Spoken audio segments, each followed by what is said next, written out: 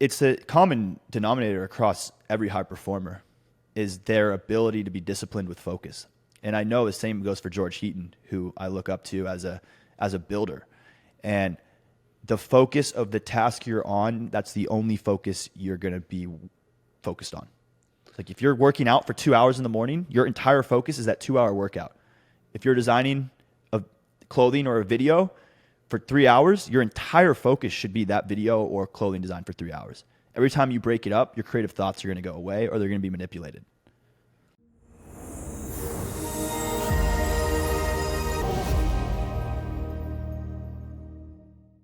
Episode 400, Hunter Weiss, baby. How we doing? Dude, it's so cool to be here. From number 4 to 400 and watching your journey and seeing what you've done and even being a part of the journey a bit. It's been epic to see. Yeah, you've played a huge role from an inspiration standpoint, from just looking at somebody who I feel like is doing life the right way. And that part of it is so cool to be on the journey with you. I think, though, a lot of people are finding out about you for the first time in the past 12 months. And they're like, wow, this guy's doing something with Dan Koe, blowing him up. Then he's doing something with Casey Neistat. Now he's in the background of Ryan Trahan videos. How in the world is Hunter Weiss everywhere? Who is Hunter Weiss? So I kind of wanted to take this time that we have together and really dive into that. How does that sound? Yeah. No, that's cool. Yeah, it's crazy. I feel like I was a kid, 8 years old, running around with a GoPro, using my family computer, making videos, and just fell in love with the process and seeing something. You can create something from nothing and with a camera. And you can really, it's taken me so many places that I really couldn't imagine the fact that a camera would get me to New York or introduce me to all these crazy people, all just kind of chasing that passion of wanting to make things and put it on the internet. So let's go back to Dan Koe and starting with there. Okay. Because I think a lot of people found out about you for the first time there.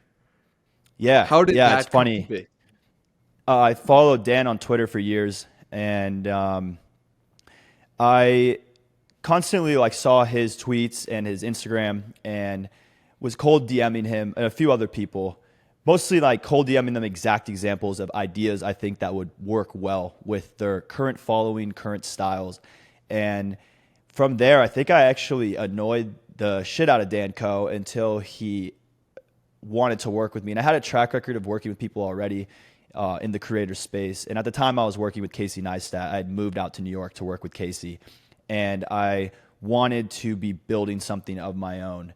And we went to dinner, me, you, Dylan, Zach, and just met some crazy creators. And it was really inspiring to sit at this dinner in West Village that you organized. And I was like, oh, wow, yeah, that's a completely different way of thinking of going about social media, the way that you guys, especially Zach and Dylan, were thinking of it. And I started reaching out on Twitter to a few people I thought that I could offer a really good service offer to. And Dan was the best fit, and it became one of those, I know I can do something for you if you take a shot with me. We just need to do it. And from there, we dove in November and made the first video and took a lot of inspiration from Naval. And Zach, both were having this new black and white style. Naval had done it really differently, and Dylan was doing Naval's videos. And it was very simple. And I was like, okay, how do we hack this a lot more for the ADHD mind, where you can learn something in a faster pace really quick that could be beneficial to you if you apply it. And that's kind of where I coined this complex ideas simplified, where someone can say something that might feel complex and then you can simplify it with almost like a Jack Butcher visualize value video style. And Jack Butcher really created this black and white minimalist look as a static image, but it was really never adapted as a video format successfully at the time. So being the first mover to pump this out at volume took Dan Koe from 250,000 Instagram followers, I think like 1.3 or 1.4 million in 6 weeks. And the big thing was 6 weeks. Yeah. The big thing that I tell a lot of people, between Instagram and TikTok, it was 100 million organic views in 6 weeks. One video alone got 40 million views. I had about 30 hours in a 15-second animation. Wow. Yeah. The big thing with Dan, and I tell a lot of creators now that I talk to, is if you have tweets that have been viral, that is something that you should turn into a format on short form, because it's already been validated to the Twitter world. And I call Twitter the social lottery, because when you post something on Twitter, it's either dead or potentially could go viral. That's what happened with the Venice skate park video. Like, one piece of content can change your life. But if you take something that's viral words, can you adapt that now to a viral video? And that's what we started doing with Dan. So he was crafting these scripts from a viral thread, making it into a 20-second audio clip, and then we would animate the audio clip to a really engaging storyline, black and white style, and the numbers were insane. We were just getting instant feedback on Instagram and TikTok that it was working. Wow. That must have been insane, and I want to break down your mind while that happened. But before we do, I went mad. I didn't sleep. I went mad, bro. I literally went mad, I think, from like November to January or February. I think there was like probably like 3 or 4 weeks I slept 4 hours every night, because I was like trying to figure out, okay, how do I maintain this? How do we keep maintaining volume? How can I hire people? How can I bring someone in to like actually keep scaling this while still having great results? And it completely consumed my mind in the worst possible way, where every waking hour, I only thought about, can we keep going viral? Can we keep getting these numbers? Can we do it for other people? Can it compound into 10 different people doing this? Wow. The reason why, going back a little bit, is I brought you guys together to this dinner. You, Dylan Jardin, Zach Pogrob, because the reason why I invited you was because I knew you had an incredible mind with video. And I'd seen you do this for the past 3 years, right? I've been following your journey. But the thing is, you moved to New York City because of a friendship with Casey Neistat. How did that come to be? And how did you go from a guy who was just making videos to all of a sudden now Casey Neistat is your friend and mentor? I mean, like, a lot of people would dream of being in that scenario themselves. He is my mentor. It's crazy. I text him all the time, and we're really good friends. Spend a lot of time with him. He's back in the city now, so we'll start running a lot. We've actually already started talking about that. We got to get ready for New York City Marathon. The crazy thing, and like going back to the Twitter lottery, is the Venice skate park video arguably opened up so many doors and changed the trajectory of my life so quick, because of the people that followed me on Twitter after that video went viral. And one of those people was Casey. And I remember he followed me and DM'd me. And I was like, hey, I've been watching your videos forever. I think we should go surfing or go running. I forget what it exactly was. We should meet up. And we started communicating. And we were both living in LA at the same time. And LA was going through like the worst it's ever been with COVID lockdowns. We were both in Venice Beach. It was madness. Casey's tweet was basically, why are we filling a skate park with sand when there are thousands of homeless people living in tents on the boardwalk, that the money and the time and the effort that's going to stop people from going to skateboard could be going to impact people's lives that are struggling in front of a skate park. And his tweet also went viral. It had huge numbers. And as a creator I've looked up to, I was like, whoa, this is like a huge moment. Like, this person's now following me. I can DM them. I can talk to them. And I just reached out, or he reached out. I can't remember. I could probably go back and find it. And then we just started texting and became friends. Went surfing. It was actually the first time we met up. I was surfing with him and To Go at Venice, and it's like so casual. We were just out there, and it was a cool moment. And then it kept evolving. So like the pesto company ultimately didn't work out, but he loved the pesto. So did his wife. And one day he gave us a shout out for Black Market Pesto. And I think we had like 200 Instagram followers at the time. It went to 600 or 700 and had hundreds of orders at the time. It was so illegal. We should never have shipped that item. I'm so happy no one got sick. We had this great product, but we couldn't figure out how to scale it and make it. And that kept like furthering our friendship. And I went to his house in Santa Monica, dropped off pesto one time I was in LA. And he always just was a really cool guy to me and really nice and wanted to help anyway. And there was a time, this was actually probably if I looked on my phone 1 year ago today, and he came to my house in San Diego. I was living with my dad at the time to borrow batteries. And I had woken up at like 10:30, was wearing shorts, walk outside to get him batteries. Hair's a mess. He's like, bro, what are you doing here? Why are you living in this retirement community neighborhood? What are you, like, just hanging out? You're not working. You need to get your ass to New York and throw yourself in the fire. And like, you'll actually, like, you have too much ambition and skills to be stuck here in San Diego, not pushing 110%. And it was kind of in that moment I had this like slap in the face realization. This was in front of our friend Jordan. Jordan's a savage TikTok creator. Jordan stuttered. And I was like, whoa. Casey just gave me this like reality check that no one has ever given me or no one would ever say. And I felt very stagnant in San Diego. And I don't think I was living the way I should have, especially as productive or focused as I could have been. And after Casey left, I was like, yeah, maybe I'll just text him, see like if I could move to New York and work with him. It'd be kind of cool.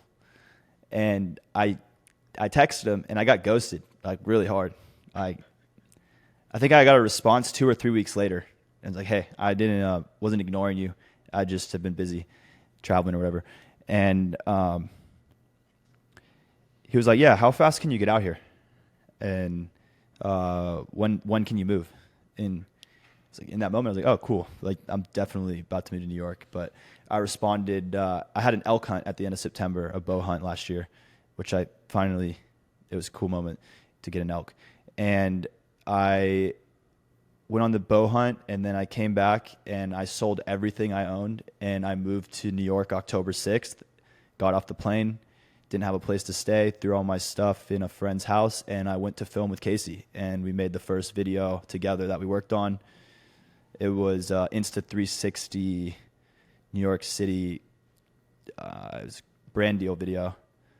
Did millions of views. It was a crazy moment. It was our first time working together, yelling at each other, arguing, like not arguing, but kind of funny how it is. Like sometimes when we work together, we get irritated at each other because we want the perfect shot. And if you're not getting a good shot, you reshoot the shot. And Casey's one of those people who would really like to get the shot the first try.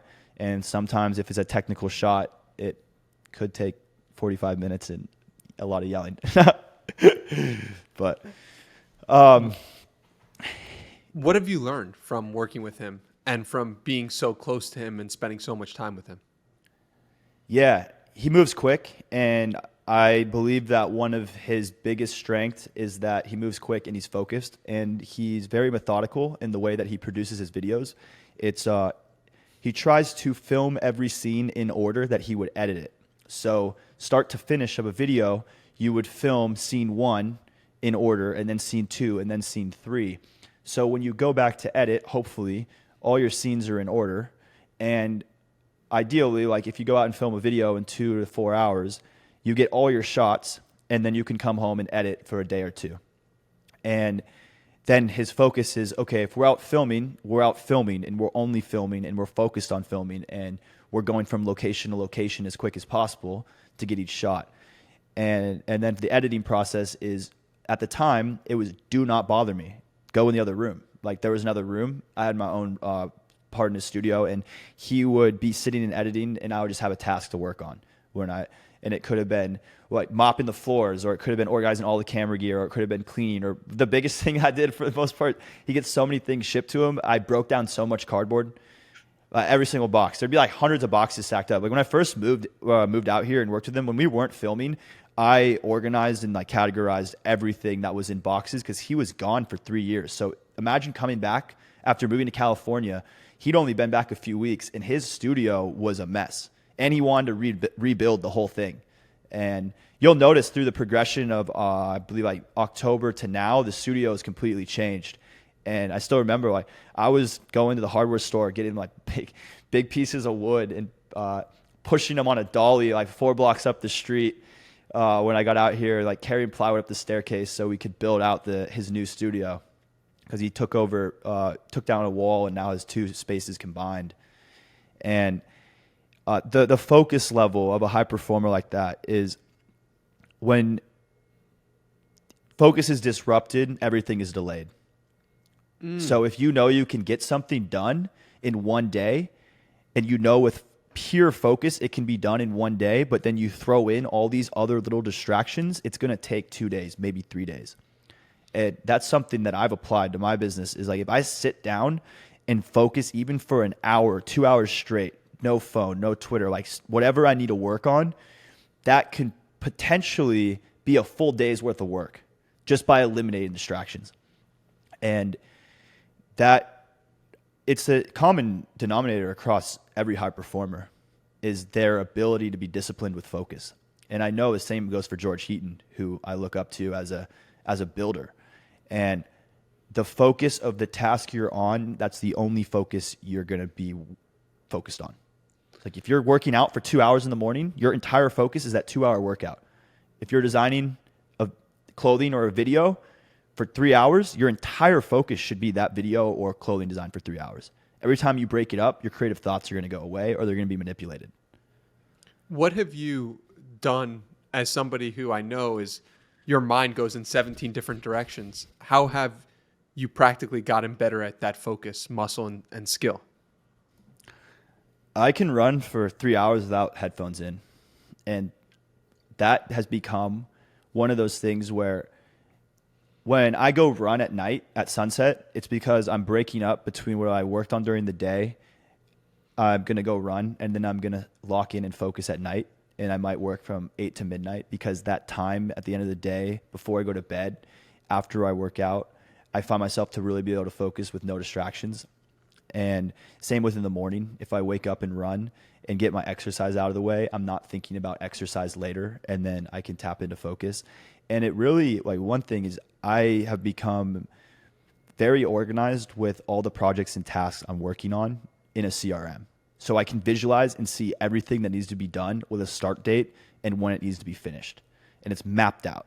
So I can then allocate, okay, this project's going to take 8 hours, this project's going to take 20 hours, and put that time into making sure that I'm blocking off the time I need to focus on those projects. And I mean, I love Do Not Disturb. That's one of the greatest, because the notifications is, I think, one of the worst mental distractions. That sound effect, the buzz. And also just kind of being a bit like knowing most people I work with they don't work on the weekends, client side and my team. So it's like Monday through Friday, really being tapped in is, if I'm organized on every Sunday, which I try and organize my entire week on Sunday, then I know exactly when I wake up today, Monday morning, what needs to be done the entire week, except for the new meetings that will come in that week. And those are the biggest, I would say, almost distraction from focusing on work, is you still have to do sales and run the business side. And to take a 30-minute or hour Zoom, it really has to be worth it now, because that is going to disrupt time that could be working for existing clients or on existing videos or projects that are open. Okay, so you're talking about the business, and it's funny because you come into New York City and you're working for Casey, and it wasn't a plan like the plan was moving here like you're working for Casey. So then how does the business start? And at what point do you realize, oh, wow, I don't want to be working just for Casey forever? Probably like the first week. Like, I wanted to just be friends with Casey, not an employee. I don't really want to work. Since I've left working for the NFL, I haven't worked for anyone, and I've understood the freelancing game, but I didn't understand at the time the best avenue to take with it or where I could excel at it.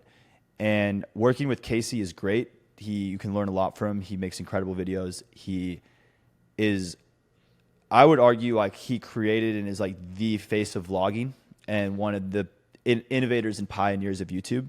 And don't get me wrong, I loved running around and being outside and filming, but I didn't love being in the office, breaking down boxes and mopping and doing these things that my time personally and what I would rather do. I would value 4 or 5 hours in my day working on my own business than doing janitorial tasks. And I still did it because I had the opportunity to work alongside him and learn from him. But every single day I went home, I was like, I need to build something in New York, like what I was doing when I was in LA. I had a bunch of freelance work, and it was because I was just consistently pushing people to work with them, like constantly reaching out and asking, but bringing them something that was catered to them. And I think like now I still, for fun, go work with Casey. I don't, like he says, hey, you want to make a video? Yeah, we'll go make a video. Like we had sometimes now like personality in the videos, sometimes filming. We done some cool videos. The Chat GPT video was the first project that I filmed it with him, and then my team came in and we designed and did all the Chat GPT animation. So he finished editing, then he handed us the project file, and then let us go full creative freedom to create this Chat GPT box. And that's like been, I think, one of the coolest videos we've done, because it was literally asking Chat GPT, write a Casey Neistat script, and then clicked print, and then took that and then went and filmed every single thing that it said on that script to bring it to life. I mean, this is the craziest thing. You went from moving to New York City to work for somebody to then working with them in a business capacity within a year. I mean, like, that's a pretty crazy thing. It's like, not only was Casey a mentor, he was also now somebody who you're working with as a business partner in some way. And that's like, yeah, that's everyone's dream, I feel like.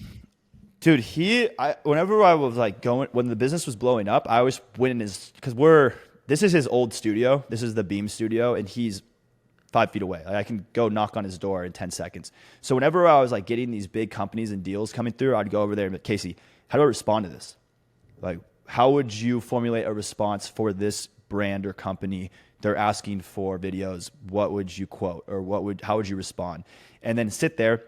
He would just tell me all these things. I would try and remember it all. And I'm like, okay, I only remember half of it because there's so much information. Try and simplify what he said, and then run back to my studio and type an email, read it a few times, and click send. And then wait for a response, and then screenshot the response and send it to Casey. So it became this like really great mentorship. And I, like, to this day, I want to help him with anything that he needs help on, and would love to continue building. And wherever our paths continue to cross, I'm really grateful that I have the opportunity to be around him and work with him, and just to be able to ask him questions. And he's a savage athlete, and we both know that when we run together, we push each other because we don't talk. It's like no talking. Runnings are zen. Runnings are, let's push our bodies and see how hard we could run 15 miles. It's like one day we ran 20-something miles together casually, and then had a steak dinner, and I'm just like, that was a good day. That was a hard day, but it was fun, and it's cool. It's really cool to have a creator that is willing to, I think, help like the next generation. And he, just being around him, he helps a lot of people, and he's a really good dude. What's interesting is that the way that some people look at Casey is, in some sense, the way people who are following your journey look at you, in that there are people out there, young creators, young entrepreneurs, who are like, you know what? Hunter Weiss is really doing it right. And in one sense, I really think there's the entrepreneurial athlete is like a trend that I see coming up. And if I were to rename this podcast, one of the potential names would be like the entrepreneurial athlete, because I think that trend is just going through. You see some of the highest performing episodes of this podcast are episodes in which the person is also an athlete running their own business. What have you noticed about this trend, first of all, and also like, how have you instilled that in your own being? Interesting. Yeah, I think there's a human desire to push athletic feats the same way as there is a human desire to push business as hard as you can or as big as you can. Because if you want to build something that is going to impact more than yourself, you're going to have to sacrifice a lot of things. And what the athletic world teaches you is a lot about sacrifice and discipline. And those go hand in hand with business, especially. And I study a lot of Kobe and Tim Grover, and the best are almost by others viewed not mentally sane because of the way they train. So the same with business and sports. And there's that saying, the second half of a marathon is like building a business. When you want to quit, that's where you actually have to keep going, because business can feel sometimes really easy and then you hit this extremely hard point. And running a marathon can feel extremely easy, and then mile 16 or 20 comes around and you're dead. You don't want to go anymore. And that second half is then where you really tap into the mindset aspect. And that's where I believe with entrepreneurs and athletes is it all comes down to mindset. And when you have an extremely high and you're riding off a dopamine from closing a massive deal, it would be no different than if you won a massive race, or you're Tom Brady, you win the Super Bowl and you're on this extreme high, but the second that's over, you're now chasing that next win. And the only way you get to that next win is really going back down to rise back up, because your dopamine's gonna go away, and you're gonna be left with this, okay, I won, but now if I want to win again or pursue further excellence, I'm going to have to go through that process again, plus learn something and apply it to go even higher. And that's where it's like you're going back to practice. You're always, every single day, you're waking up and going to practice. And I think that's like one of the greatest things about sports when you're younger is you're learning the discipline of going to practice to get better, to hopefully win, right? No one plays, I would think, like most people that play competitive sports are playing to win. No one wants to lose. No one wants to work out all day and then half the team doesn't want to work out, so you're losing because your teammates don't want to work out. Like the teams that work together because they all want to win, they're all in that mindset. And that's the same thing with businesses. It's like that was what I got back from when we went with Andy Frisella, is he has built an environment that he wants everyone to feel like they're winning and give them the opportunity to train in there, to do these events, to have team building events, to sell the best products, because he wants to win and he wants to carry his entire team with him to victory. And I believe that's the same type of mindset that you see in sports that also is in the best businesses. And I believe that's the same with George Heaton. Like, the way that he is built himself is then reflected with like the people around him are looking up to him as, oh, look at how hard Heaton is working. He's up at 4:30 every morning. And it sets and same with Frisella, and it sets this new baseline of what it takes to be in that environment.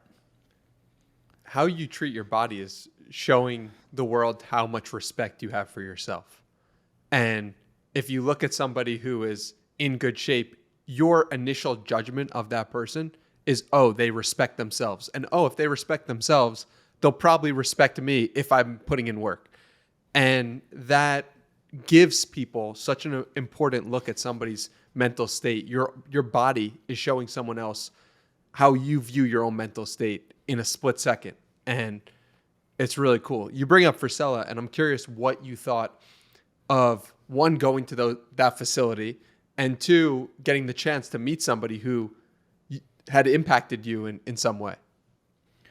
Yeah, I think one of the funniest things that still sticks out, and this goes back to him wanting to win, is how he said Amazon's building a fulfillment center next to us. So we bought the land in front of Amazon's building so we can build a higher building so that you don't see the Amazon fulfillment center. You see First Form from the freeway. And that's his whole, like, yeah, he's not anywhere near as big as Jeff Bezos and Amazon, but it's the mindset of just one little edge for that area. And that changes his whole perspective of that's a little win while expanding and building his company bigger. And what I really liked about Frisella and going there and seeing it is compared to when you think of a big company, a bunch of cubicles, he designed an office that was almost you could see all the way through it from the ground floor, and in a way where you can connect with everyone. And it felt like he built this company culture where if I was a video editor and I need to go talk to a graphic designer, I just get up and walk over and sit next to the graphic designer. If I'm in sales and I need to talk to someone on the affiliate side, I can get up and go walk to the affiliate side. And the entire space felt very collaborative. And I'm starting to see it, and just from analyzing some of the greatest companies, the more collaborative they are, it seems that you have a better company culture. And creating where there's no barriers, where everyone's equal within the office. Everyone can just kind of walk around and talk to anyone. That makes sense. Does that make and when I was there, obviously, Frisella and there was people who had their massive offices, but the big thing is they all had clear glass. Everyone could see in, right? There's no privacy in a way, but you can see what the VP of sales is doing while you're sitting 20 feet away. And it felt really authentic, and it felt trustworthy, and it felt like what he's building. You have this massive gym, and while we're doing the podcast or you're doing it, and there's people working out below all day, and he's made this environment where the athletes can just come in, work out, and film. And he basically created a content factory at the office, which all intertwines into building the business stronger. And if you're a first form athlete, you can show up and use the facility, which, I mean, we got to use it as well. And would you say that was one of the best gyms you've ever been in your life? Definitely. Yeah. I mean, you brought up two great points that I really hadn't even thought about, which was about the Amazon building and making the first form building 1 inch taller and the collaborative nature of it. And then another part that I just thought about was how he didn't let the employees use the office use the gym for the first 60 days of them being employees because they had to earn their stripes. And what was so cool to me about that experience and sharing it with you was I could see how much of his ethos was in that office and in that building. And it was like, it's one thing to listen to somebody, right, for so many hours and hours and hours. It's another thing to be in their presence and then see other people live in those values. That to me was the coolest part of like, this isn't just talk. This is like real life that people are living.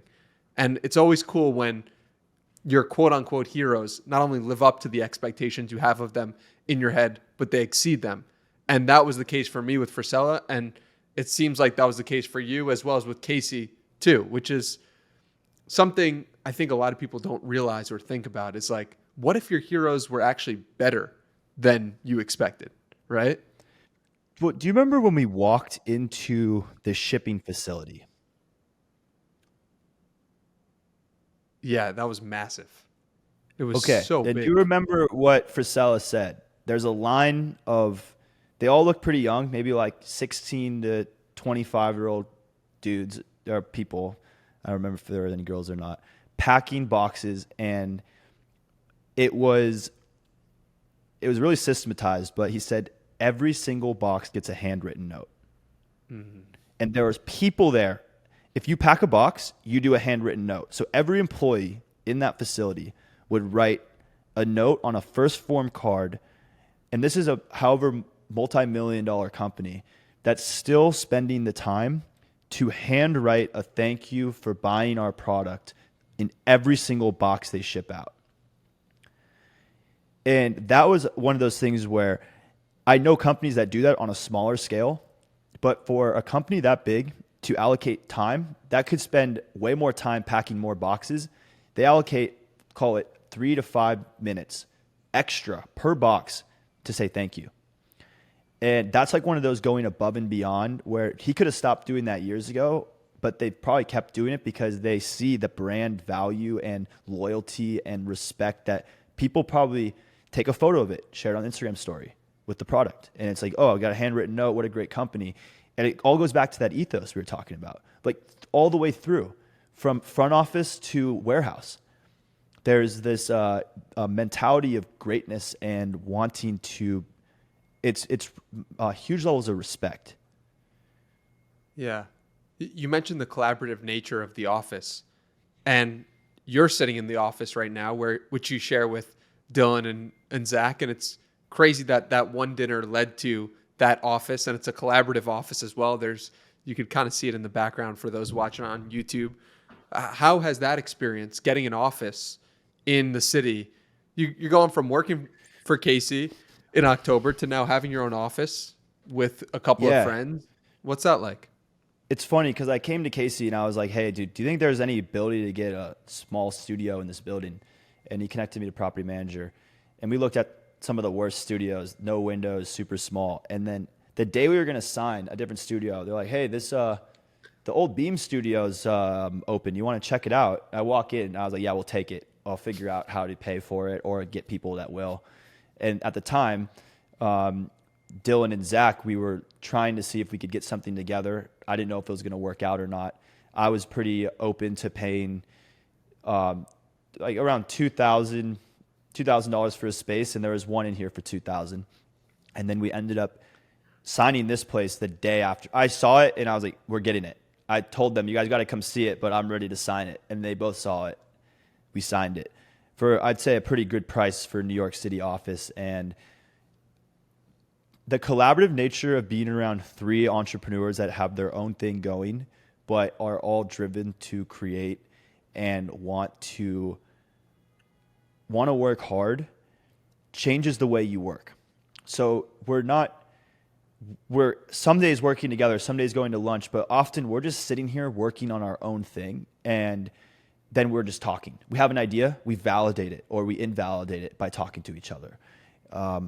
Dylan's building smart nonsense email list. Zach has been absolutely crushing building his personal brand and figuring out what's next. And all day, I'll ask Zach ideas. He'll ask me ideas. I mean, before we got on this call, we've been talking all 2.5 hours today about an idea that we're trying to validate. We're both validating, like, is it a good idea? Is it something that's worth pursuing? And it's by putting other people around you that are trying to build something or have already built something and being able to ask them what they think and sharing your best ideas for criticism, feedback. I don't think we're worried about anyone stealing it. If anything, we're like, okay, is this idea good enough to build together? Is this idea, and that's the collaborative nature where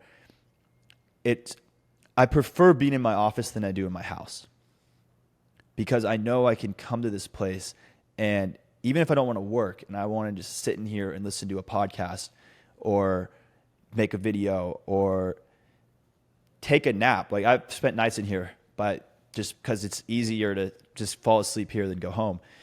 It's, I think it's been one of the best changes of my life to not be working where I sleep, for like waking up and leaving,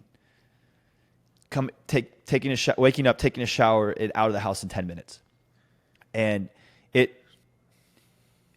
it gets you into a completely different mental state when you separate where you live and where you work. And I think that's what a lot of people are realizing with this whole work from home thing. Some people probably love it and some people probably hate it. And I think the hating it part is probably linked to the lack of still being social and being able to talk and interact with real people and not just being on a Zoom call for 8 hours a day. Yeah, so I'm sure the 23-year-old version of Hunter is listening to this, and let's say he wants to build his own business or is in the process of building his own business right now. What would you recommend for that kid to start having an office space or start building with other people if he is, by his own very nature, a lone wolf type character and like wants to get after it on his own?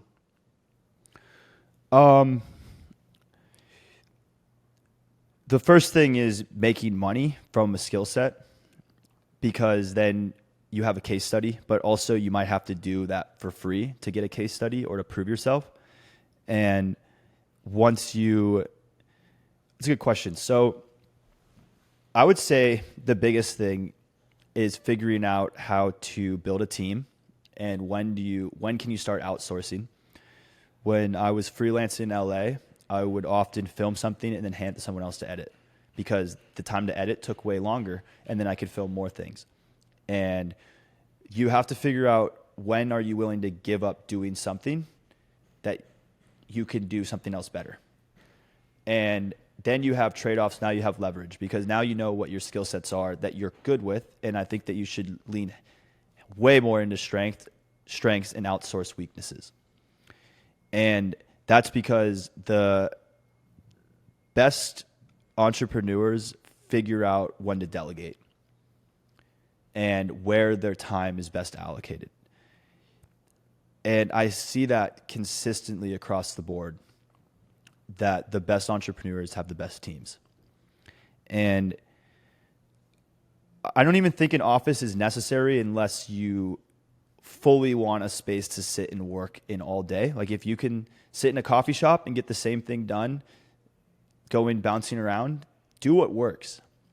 What has worked for me might not work for someone else. I just find that if you have to decide, like, is spending the money to get an office or spending the money to hire someone going to make sense to further progress where you want to go? And you have to kind of know where you want to go. You have to have an aim. You have to kind of have an idea of where are you trying to take what you enjoy doing. You have to kind of enjoy doing something. And if you don't know what you want to do, then I think the best thing is to try 100 things till something is like, wow, I got to keep doing it. And that's the toughest part, is creating something and watching it fail and knowing you have to move on and knowing when to quit to move on because it's not going to work. And that's the entrepreneurial journey often for a lot of people. And go ahead. What was your biggest failure that you look back on and you're like, wow, I'm so grateful that happened because it led to something that I couldn't have imagined? Two things. The pesto bummed me out because it was a really good product, and we sold 5,000 units handmade. Like, we made it out of a kitchen in San Diego, my roommate at the time. Everyone loved it. We could post on our Instagram story. We had 300 jars and sell it in 24 hours. It was healthy. It felt like it was impacting people because they loved it. It was a healthy product. They could have it on all their meals, and it was validated. But to scale a consumer packaged good that realistically needs to be refrigerated, it wasn't realistic at the time. And I think one day I hope to revive it and bring it back to the world, because there was nothing of quality standard out there. And then the other, I had a 10-month contract with the NFL, and I was freelancing while working with the NFL. NFL doesn't pay that much. They know that it's a clout job. So like if you're an editor, great. Like you come in, someone else will come in. Like they're constantly turning over. And it's really tough to be an hourly employee as an editing machine when you could go sell one project in LA for one day's worth of work, what you made in a week at the NFL. And once you do that, you're kind of opened up to that world of freelancing's hard because it's not consistent paycheck, but you will make way more money if you go and freelance successfully and you're hustling.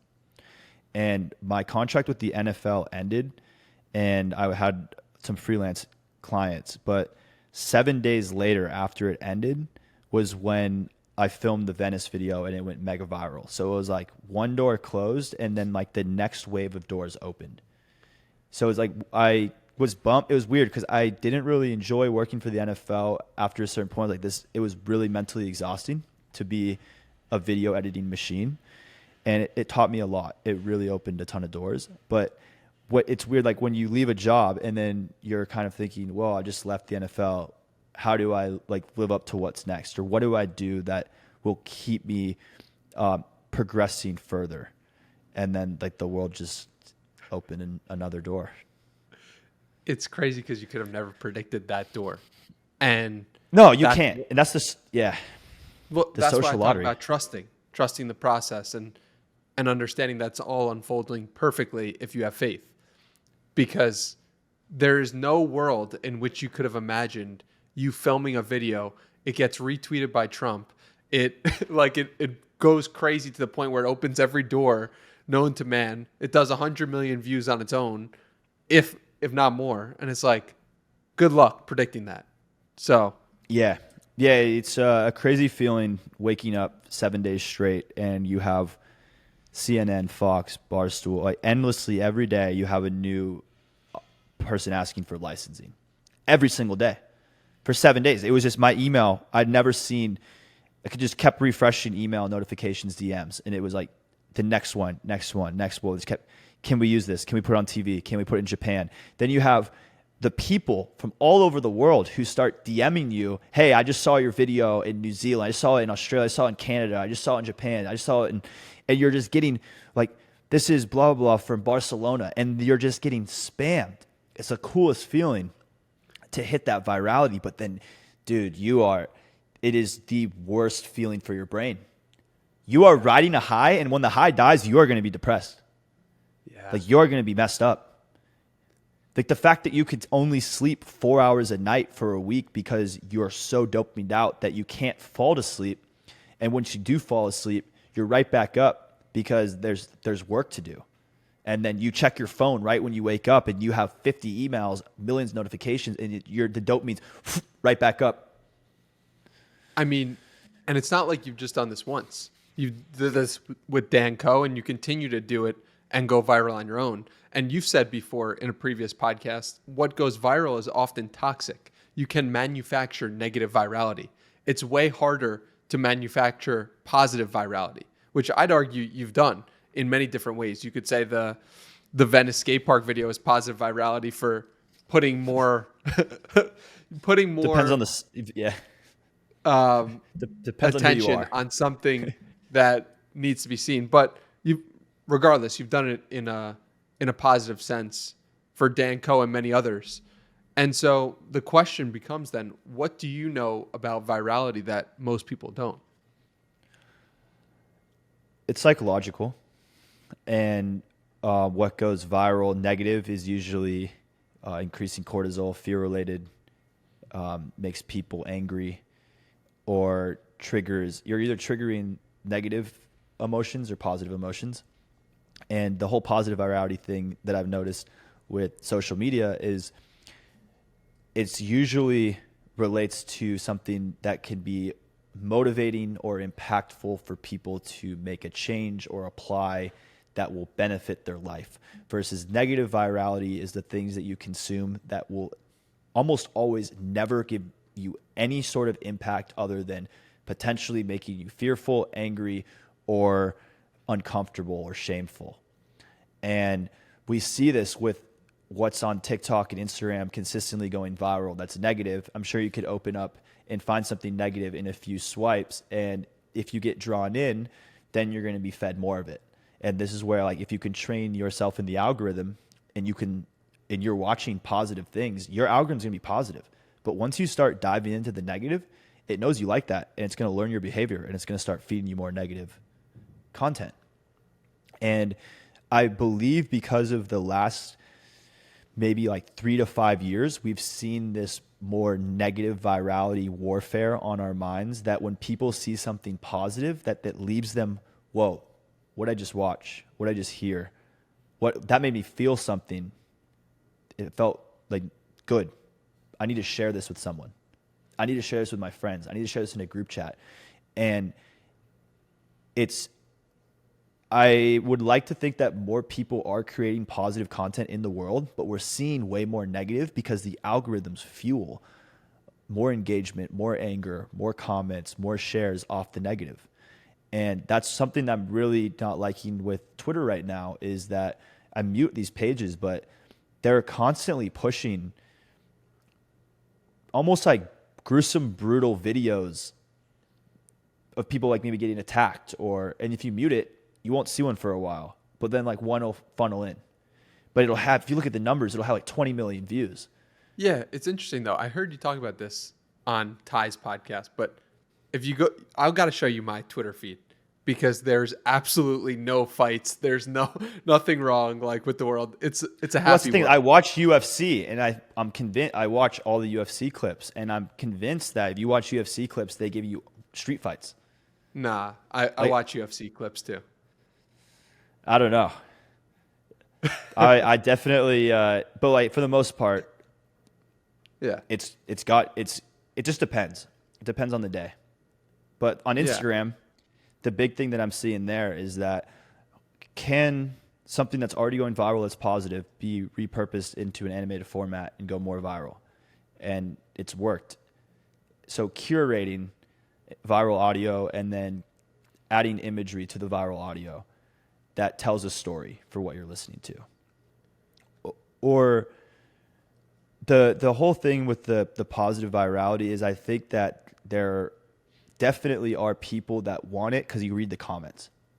And there's huge chains of positive comments and engagement from other people. And the algorithms work off of the time spent watching the video, shares, comments. So if you create something that people agree with or like, there's going to be a ton of comments if it starts to get eyes on it. And you'll notice too, even in the positive videos, people will then come in and start being very negative. And then people will fight back the negativity and create even more comments that are positive. So someone will say something negative, and then there will be a team of people teaming up that they're wrong. And then you're creating, the positive video ends up creating accidental controversy. And you're witnessing this all go down. Like you must be looking at the comments nonstop. Not anymore. You used to. I'll post a video and then like check back a week later and look through. Like I'll see what the top comments are, because then you get an idea. Oh, okay, this comment has 1,000 likes. What did they say? I think like now, after being in this game so long, unless you're using it for feedback, to get feedback, like the comments are like the biggest waste of time. They just make and post. The comments are for other people, I guess, to enjoy. For consumers, it's almost like the comments are for consumers. When it gets to a certain like as point, a creator, it becomes unmanageable. Yeah, I mean, like if you think about Casey, like Casey could get 3,000 comments on a video. If you read through them, there's so many positive comments, but there can be some really mean negative comments. The second you start reading the negative comments and start diving into more, it's going to impact your brain. So it's like you could be a great creator, and then you could let one comment get to your head, and then it might change your creative process or what you do forever. And I think that's where Mr. Beast could go read comments, and there's probably a lot of negative comments and positive comments, but there's something in human nature where negativity impacts you more and hurts you more, obviously. And I think that's like what scares a lot of people from creating in the first place, or putting their art into the world, or putting what they do well into the world, is they're worried about the potential negative feedback from people they know or don't know, and what it could do to them personally. So you've gone viral so many times on your own for other people. Have you ever, did it ever cross your mind to say to yourself, why am I doing this for Dan Koe? Why am I doing this for other creators? Why am I doing this for other businesses? Why don't I just do this for myself? Yeah, often. Because, and there's two parts to this. I like the idea of being able to potentially network and work with anyone through showcasing great results. And by working with other people, I'd say every month I open multiple new doors. And these people extend opportunities that could in itself put me in like a position where I'm like, and I look up to Cole Bennett as a director. And now I'm called in to write and direct a project or commercial, or I'm still creating it, but I'm creating it from a different lens. And right now, like if I were to be doing my favorite type of creation, there's zero money in it, it would be chasing big wave surfing. And it's not really a niche that you make money in and can, I would say, like, it's not going to make you wealthy, but that's the trade-off is like, do you chase pure creation or can you do both? Can you still create how you want to create, do projects on the side, and focus on building a business that is cash flow positive? And right now, the stage of life I'm in, I want to build a cash flow positive business so that later I have the opportunity to do anything I want, produce anything I want, direct anything I want around, likely like where I have the most interest is action sport documentaries and creating long form of elite athletes in action sports and bringing their stories into, who knows, maybe it's Netflix, maybe it's YouTube, maybe it's one of these big streaming companies, but the opportunity to really like craft these projects that you can't make in a day or a week. Like, they take months, they take a year. You're traveling, you're going on a strike mission to Portugal to film Nazare. You're going to Europe to film a MotoGP race. And I feel like every single day of the way I'm building right now, I get closer to working alongside some of the world's the greatest athletes and creators. And nowadays, all these athletes are creators, and they're all looking for different ways to stand out and build social value because the brands will pay them more money. And the other thing too, the brands will pay to produce all this stuff. The brands will sponsor a video and be the title sponsor. I mean, Red Bull spends billions of dollars every year strictly to give their athletes a better platform to sell Red Bull, but they're a media company. And I view what I'm doing right now just as more stepping stones to what I'll do later. But what I'm doing right now is working extremely well. Yeah, it's fascinating because it's almost like a journey back to yourself. Like when you were 15 years old, you have a motocross YouTube channel, and it's like you doing big wave surfing and documenting that is almost like you doing the motocross videos back when you were a teenager. And I find that interesting, like the journey back to ourselves. Yeah, it's funny. Why do you think you're so enthralled with action sports and also like the need to document it? Where does that come from? Well, I think that extreme action sports athletes are some of the craziest athletes in the world that don't necessarily get the attention of mainstream athletes.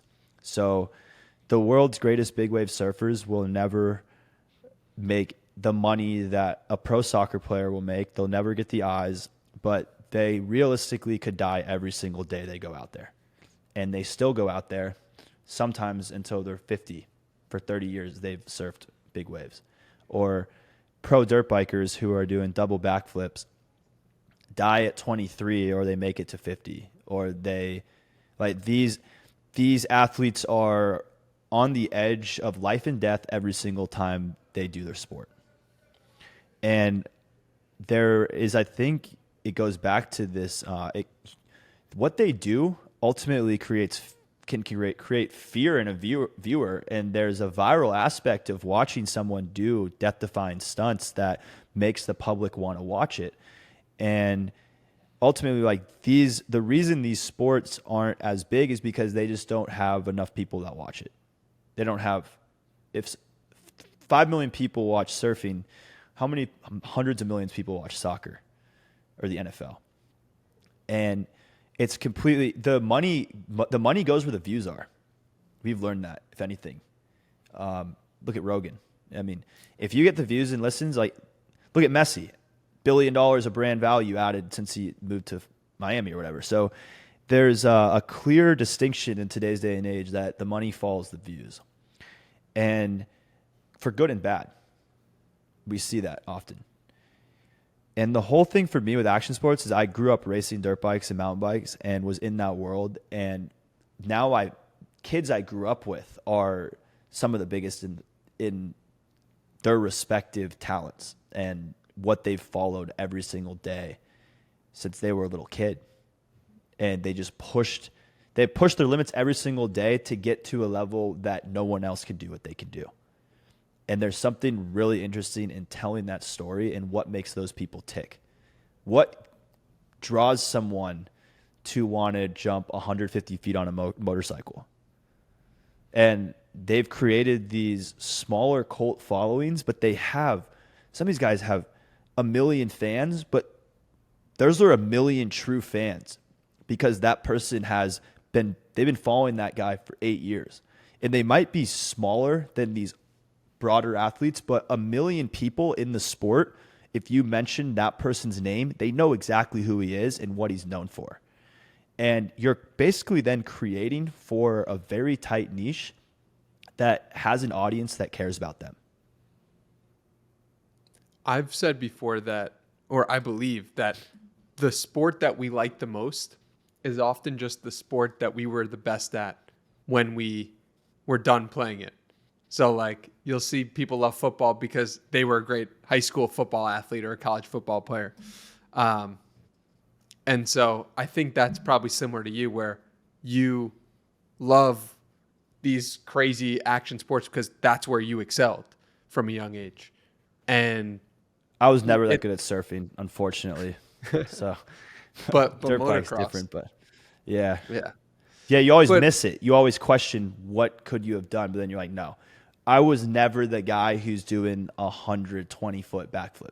That had no interest in me. Yeah. But I loved watching the people that could do it. Yeah, man. It feels like to me like you're going to be a part of that wave of literally propelling action sports into the mainstream conversation in a way over the next 30 to 50 years. Like to me, that seems like a foregone conclusion. Does that also resonate with you? Yeah, and then there's some days where I'm like, damn, I'm just going to shut this all down one day and ride a motorcycle across continents or the country and just document it all and just have fun creating. There's like so many different ideas and like they can all fuel together.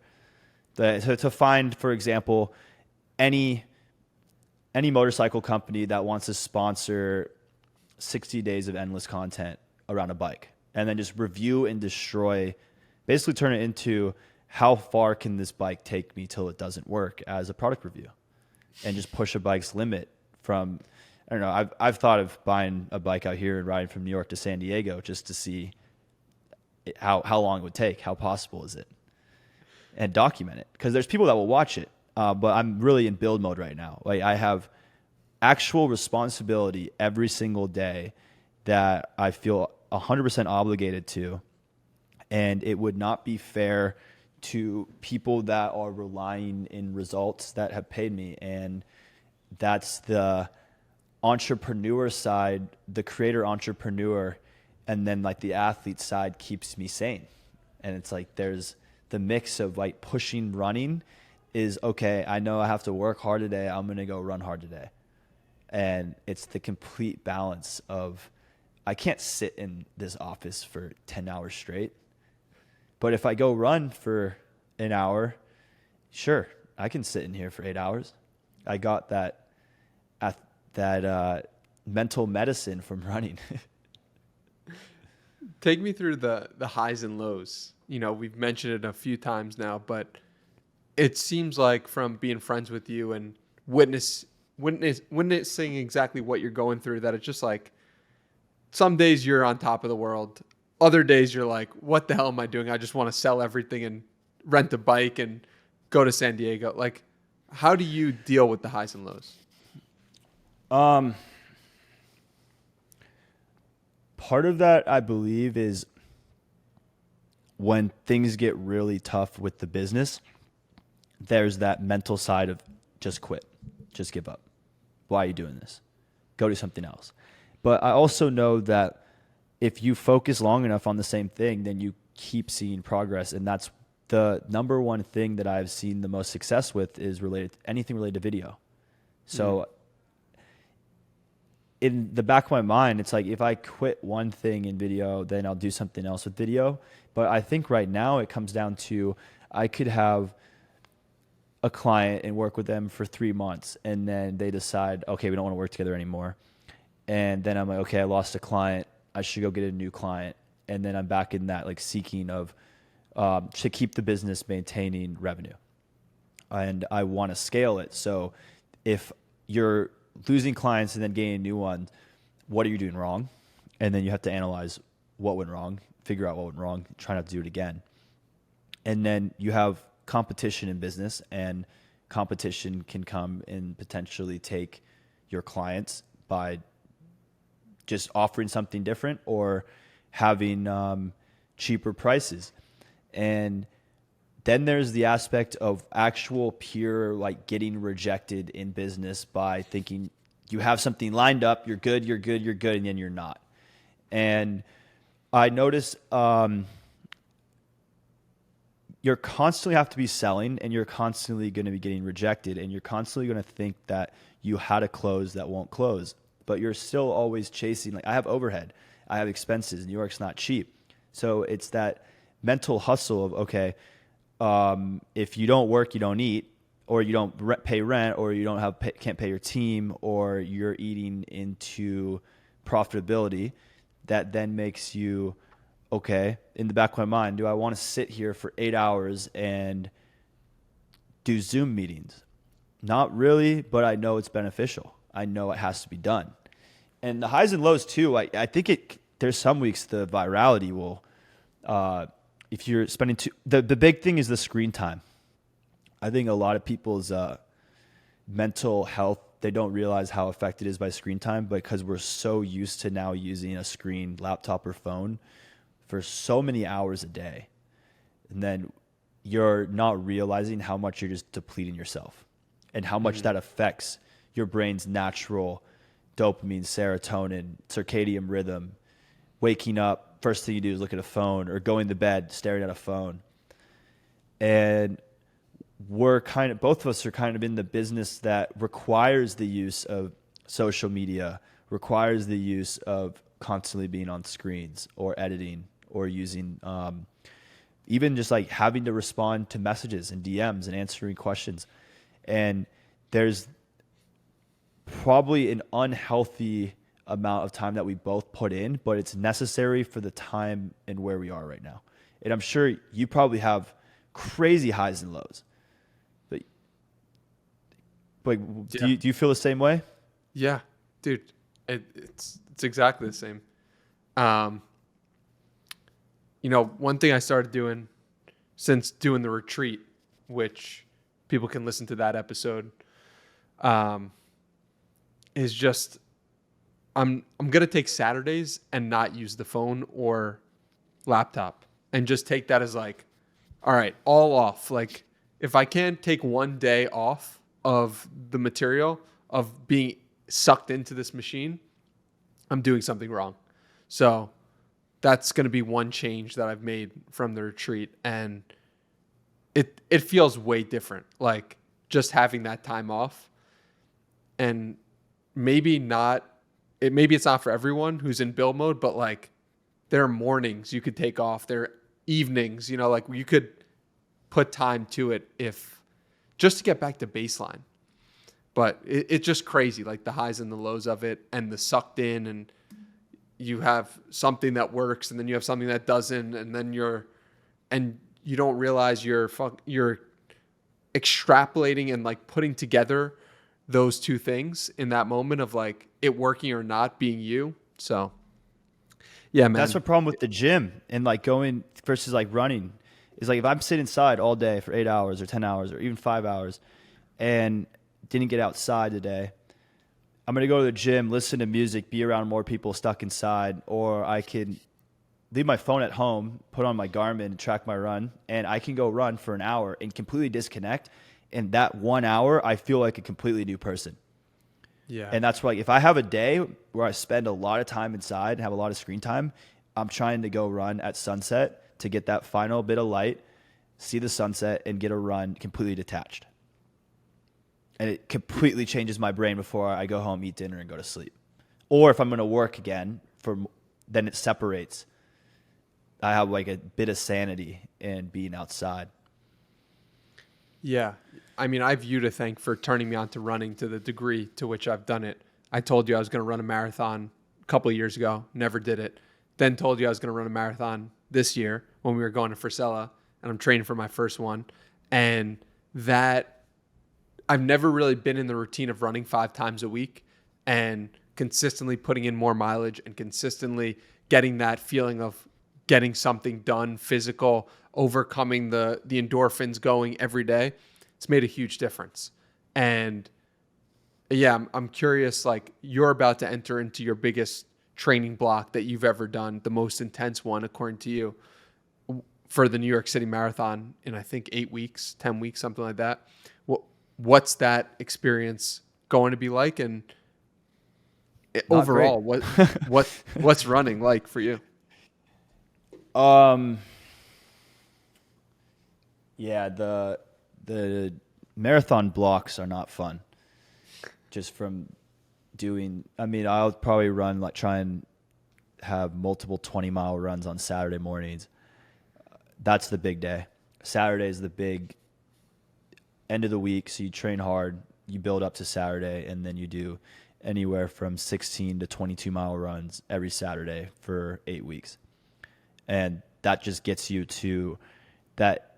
It revives the endurance, which I already have, but it puts you back in that mentality of, okay, ran 16 this weekend, next weekend 20, the following weekend 22. And then when the marathon comes around, you've already clocked so many close to a marathon that the marathon mentally is easy. And now you're like, okay, how hard can I push myself? Where is my training based? You know exactly where you've trained to, the times you're running, where your heart rate is. It's almost mathematical, hopefully, that when you go to the marathon, you can pace what you want to run. And it's you see it right now, running 5 days a week. The consistency factor, you can measure your results getting better at running week by week. And you also hit a point too where you recognize that you start to feel better the days you run than the days you don't run. And then when you have to recover, you're like, should I go run today or should I take it off? Like, I know going and running 4 miles right now would feel great, but I've already ran 40 miles this week. And then you're in a discipline for recovery. And people don't realize how important that is, that the best athletes are as disciplined training as they are in recovery. And that's where you're really playing this, okay, I'm not running today because I'm doing an entire full body workout core and swimming for 30 minutes to have a low impact day, but because tomorrow I'm running 18 miles. And yeah, I ran a marathon last year on my birthday. I told Casey I'm going to run one. He's like, you better do it. So I ran it on my birthday. That was number 16. But this year will be number 17 in November. And I don't know. Last year I chased New York City filming Casey's New York City vlog.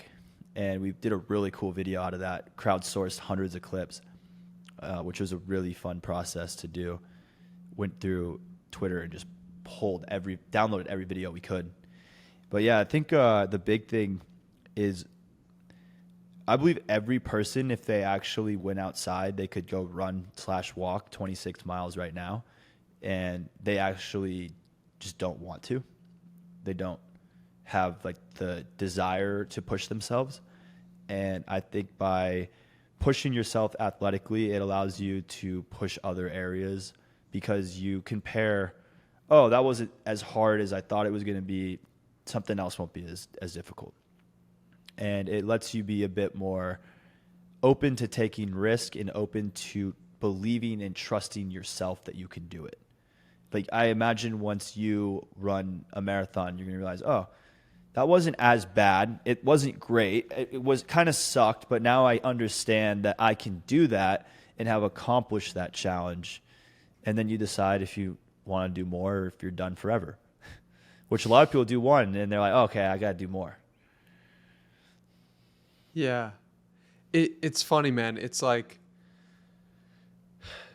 so much of life, it seems like, is just you proving to yourself what you think you're capable of if you have the courage to actually stand up and do it, right? Like it, most people could run a marathon, but it's like, do you have the consistency of the training? Are you actually going to be that person? And then, I think like it's an easy thing to do to build that mental toughness or build that consistency to do it because I've done it in so many different areas of my life. But then I look at the Garmin and I see I'm running 20 miles a week minimum, and that's more than 99% of people. Like, how in the world is that possible? How in the world am I in the top 1% of doing this for just doing it for 3 months? Dude, it Why is aren't so people easy to more go to the mentally gym. tough? It is so easy to go to the gym because it's like there's so many easy things you can do. Society has, I believe, became a bit easier than 100 years ago. And 100 years ago, if you had to walk 5 miles to your closest town to get groceries, you can now click an app and get anything you want delivered in 20 minutes. And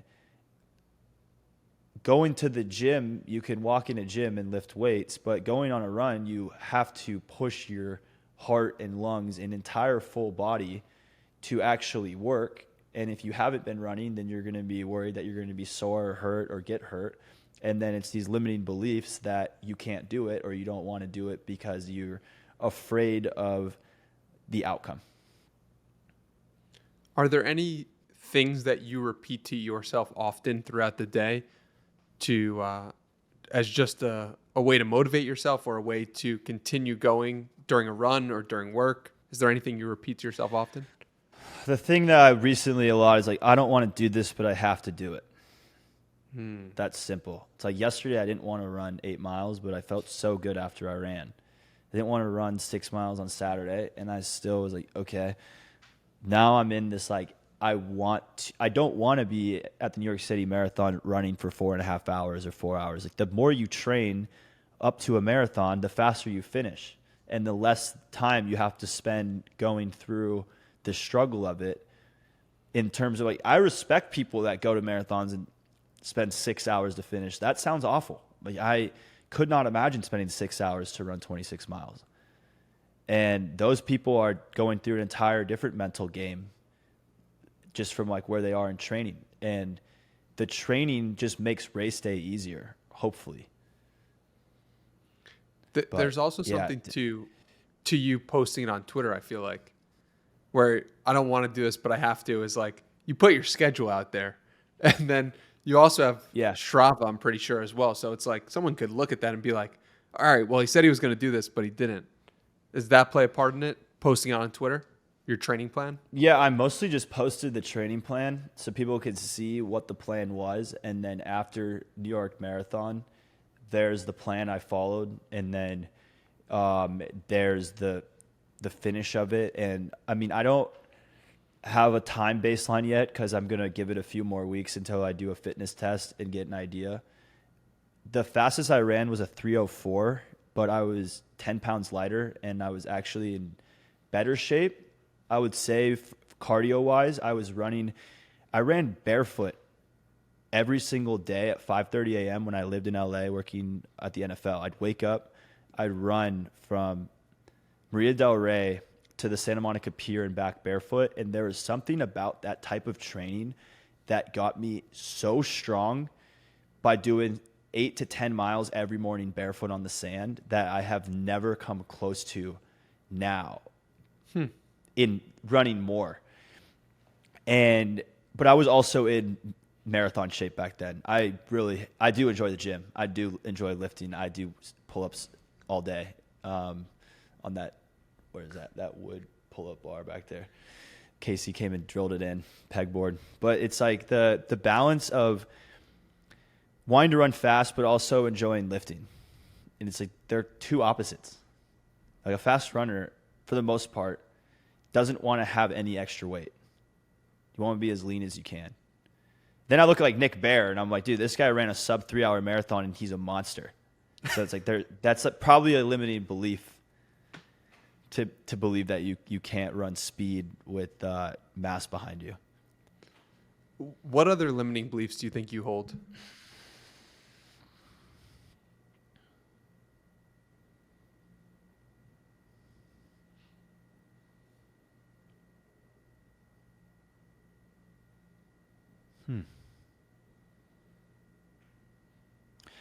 I often wonder if, and like, I'll question everything. Like, is this even good enough? Is what I'm doing good enough? Who does it need to be? Is it like, it should be good enough for me? Why would I worry about, like, why am I so particular and when I'm making things like perfectionist, and then worrying like, okay, this is not going to do well, or with a client, like they're not going to like this, and then they're not going to want to work with me anymore. And like creating these own self-doubts, even though I've done something before that's worked, and like constantly maybe doubting if the outcome is good enough.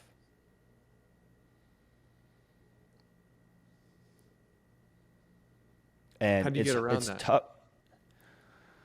I think it's kind of like imposter syndrome. Yeah.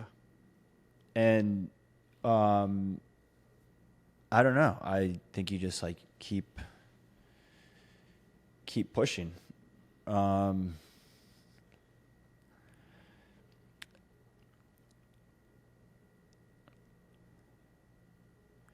Yeah, I read about artists that their work never even saw the public, and it's insane to think of like, okay, this person created art their whole life and no one even saw it, and they never even had the opportunity for the world to see it. So we live in this age now where you can just put something on the internet and people might see it, but then you need to be like fully willing and open to criticism, feedback, and deciding, okay, are you going to keep doing this? Because today's day and age requires, self marketing, self publication. You see it. It's like, sometimes like when you're starting and when you're creating, you're talking to a void, and you're awaiting feedback to see. And as an artist and creator, you think like, am I not good enough? Is this not good enough? Why does no one like what I'm doing? And then as you progress, you're still constantly questioning and asking like, am I doing something wrong? Why did this not do well? But I remember I made at the NFL a video I loved and spent 5 days on it, and then it was delivered to the player and the player never posted it, never saw the light of day. Or another video I made and spent 2 weeks on, and then management decided to not use it. So it's like, okay, you spend all this time, created something, and it's just buried. And then in your mind, it's going to mess with your mind.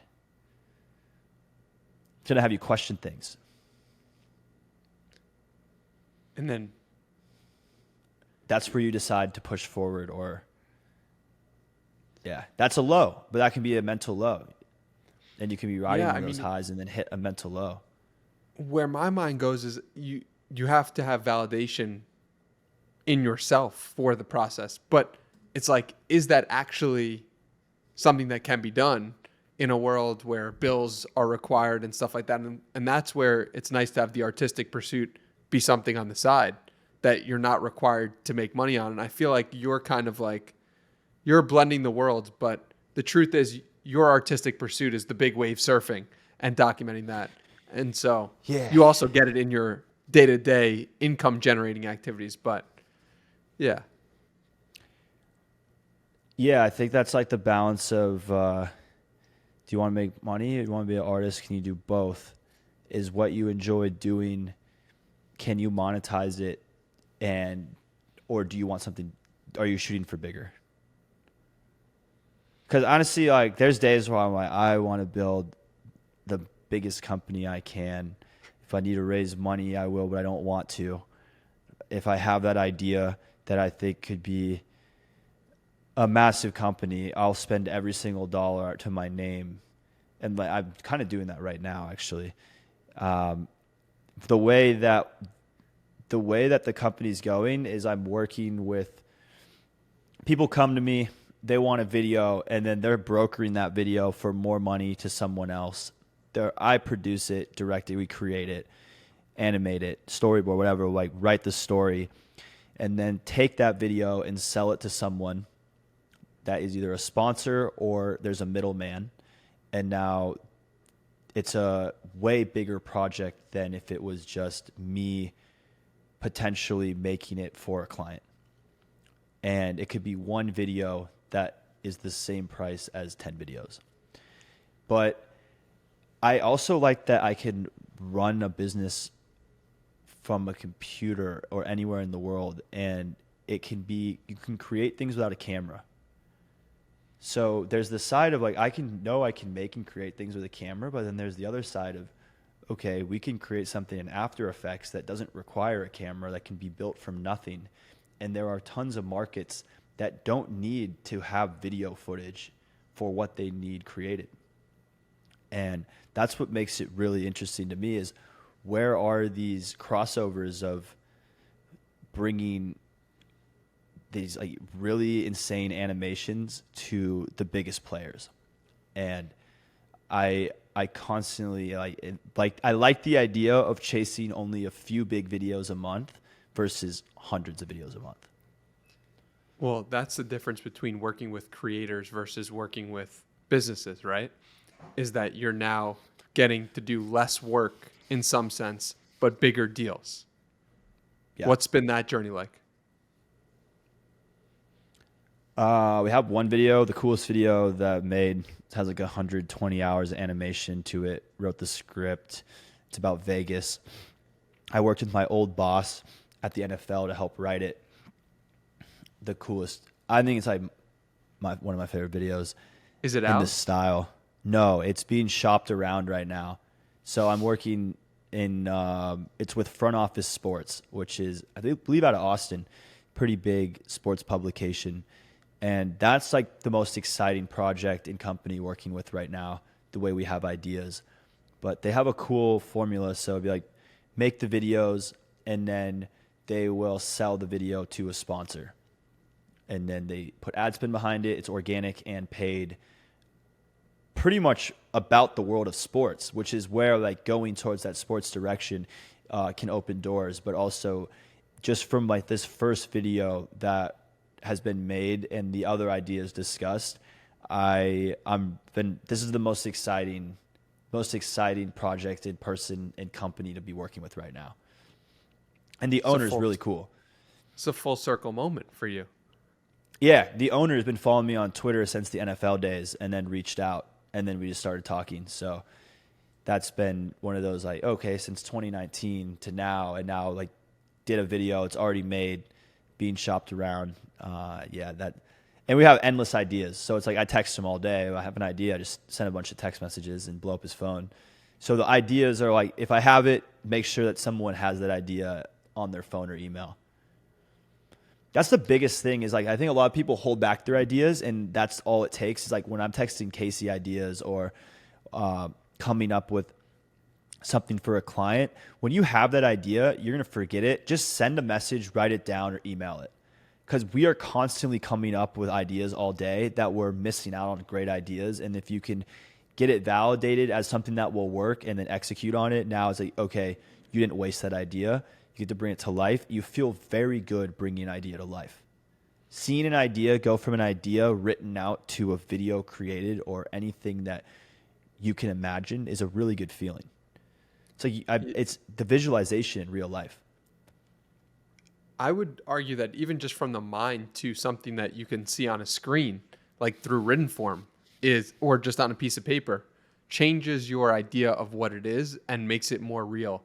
And yeah, take us through like your idea generating activities or things you do to generate better ideas. Dude, walking around New York City. It's insane. Just walking around and observing. And flying. I just flew back from San Diego and I just filled a notebook.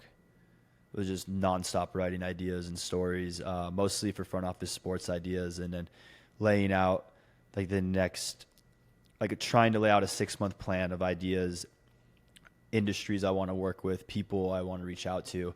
But the big thing I find is, so I actively really try not to use my phone before I sleep, reading a book, and then writing ideas while you read.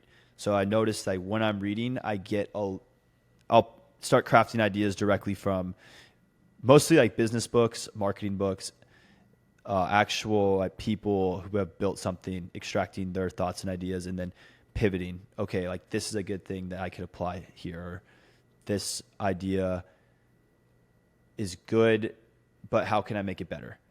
And then you just write down, take as many notes, and then actually just review the notes. And the next day, okay, is there something that makes sense to pursue? And then it's just action. Like the big thing is like, we can have endless ideas, but there's millions of great ideas. And the only way that ideas come to life is by acting upon them. And that's where like you get into the, is this good or is this bad? Like, is this worth pursuing? And that's what I like about being in this office and also having people to talk to. And I mean, we have probably the coolest group chat ever, where you'll send something and get feedback. Anyone will send something and get feedback, constantly talking about, is this good? Is this bad? Should we try this? Should we? And it's, everyone's kind of just fueling and feeding off each other. And it's bouncing. That's something I think like every entrepreneur should really have, like a really close group chat of friends that they can talk freely in about ideas, about business struggles, about help me with this piece of content, like being open to feedback that could hurt, but is not meant to hurt. That's the best type of feedback. And I think sometimes like we think we're being attacked when we're getting feedback, but we're really just getting someone, hopefully that we respect's point of view, and we can adapt that point of view if it makes sense and build off of that idea. And yeah, I have to give you credit because you gave me one of the longest pieces of constructive criticism / feedback that still rings in my head as like, this was all so true. This was broken down so well. And I was so grateful for you for sending the message or just like typing all I felt that like out. a dick after I sent that, and I was Did like, you? damn, was that too hard? Though, yeah, I read back and I was like, I think I texted Zach or Dylan, and I was like, did I just like go way too hard on Danny? But I think it came from like a sense of like, I want to see the podcast be as big as possible. I want to see the YouTube numbers be as big as possible. I want to see the short form. I was like thinking from such a data analytical breaking down, like if this wasn't working for me, where would I go first? And then just wrote it and sent it. And those are sometimes the things that get you in trouble or like make you hurt someone's feelings. And like, that's where like I try to say it nicely, but sometimes it comes off as like a dick. And I wasn't trying to be a dick, but I'm glad that you bring that up, because I think that's like one of those, like if people ask for feedback or like ask for help and you don't tell them truthful, honest feedback or give them help, then you're doing them a disservice for not actually trying to help. If you're 1000%. holding back, if you have ideas that might hurt feelings, but then help that person progress further, like some of the best things ever came from Casey, where like if someone else said that, I would probably be like, why am I listening to you tell me this? But the way he says it is in a way that no one else is going to say it. And it's meant to be constructive criticism that will hurt for a second. It will sting, and then it'll benefit you if you apply it, if you somehow use it to your advantage. Yeah. I mean, what I appreciated so much about that specific piece of feedback is that you were able to highlight the things that I was doing well as the things that I was doing poorly and separate them out of my mind in a way that I hadn't thought of before. So thank you for doing that. It was really impactful. I'm so grateful that you're a friend, that you were willing to send that message, and that just like you for being you, man. Like, thank you for being you, because you've played an incredible role in my life. And I'm so grateful that you were episode 4 of this podcast, episode 400, hopefully episode 4,000. Dude, you played an incredible role in my life too. And I think it's what you probably realize this now. And if you haven't, it's that you have an unbelievable ability to connect humans in this world. And whether it's through building a network, communication, research, interviewing, your ability to walk into a room with someone that you may have never met, but you have studied off the internet, sit down, connect with them on a level that makes them sit back after and take a deep breath, like, whoa, that was a crazy conversation. Which, like, I saw that with Andy Frisella in person, and we know that because of the way he reacted and the video footage. And you constantly are hearing this from people that you work with. And from outside looking in as a friend, I know how many hours. I actually don't know. I know how many hours you put in, but I know you're putting in way more than what anyone sees. And it's the highs and lows. Some days you're on top of the world, and other days you're like, is this the right thing? But from the outside looking in, and from just seeing your progression since number 4, I truly believe you are on the path that you're meant to be on. And looking at the numbers and the way you're open to feedback, it's going higher and higher. The chart is going higher and higher. The Danny Miranda stock is going higher and higher. And it's because you are focused and you're not giving up. And you're constantly pushing. And you're willing to ask people, and you're willing to approach and say, hey, do you want to be on the podcast? You're not afraid. You're not afraid to tweet. You're not afraid to ask someone for a reference or referral. That's the biggest thing that you see in anyone who is successful with anything, is that they're never afraid. They kept pushing. And even when you want to quit, you're never afraid to wake up the next day and keep pushing. And it's incredible to watch. Thank you, man. I really appreciate that. I like to end these podcasts with challenges, as you may know from Frisella and many others. Since episode 4, we've added that little touch. Do you have a challenge for people listening to live the best possible version of their life, and hopefully an action step that they can take to become better? Actually, I think this is a good one since we're training for it. I think every human that can run a marathon should run a marathon at least once, just to understand it and what it does for you as a person, just knowing you've completed it. But it's not about the act of after the fact completing it. It's about what happens during. And everyone has those moments during the first marathon where it is the worst. You're like, why did I do this? It is the worst thing, but it leaves you with something that will benefit you later or throughout the rest of life. And that's common denominator from everyone I know who's done one, is that it'll impact your life in other avenues that you would never expect. I would, without a doubt, say that training for the marathon has made me a better podcaster. So that's one thing. We'll see what happens when the marathon's actually ran. Thank you for being an inspiration. Thank you for coming on this podcast. And let's send people to Hunter_Weiss or Weiss_marketing on Instagram. Is that correct? Oh, it's just Weiss marketing. Weiss marketing on Instagram. Yeah. And Hunter_Weiss on Twitter. Appreciate you. Appreciate you too, bro. This was great.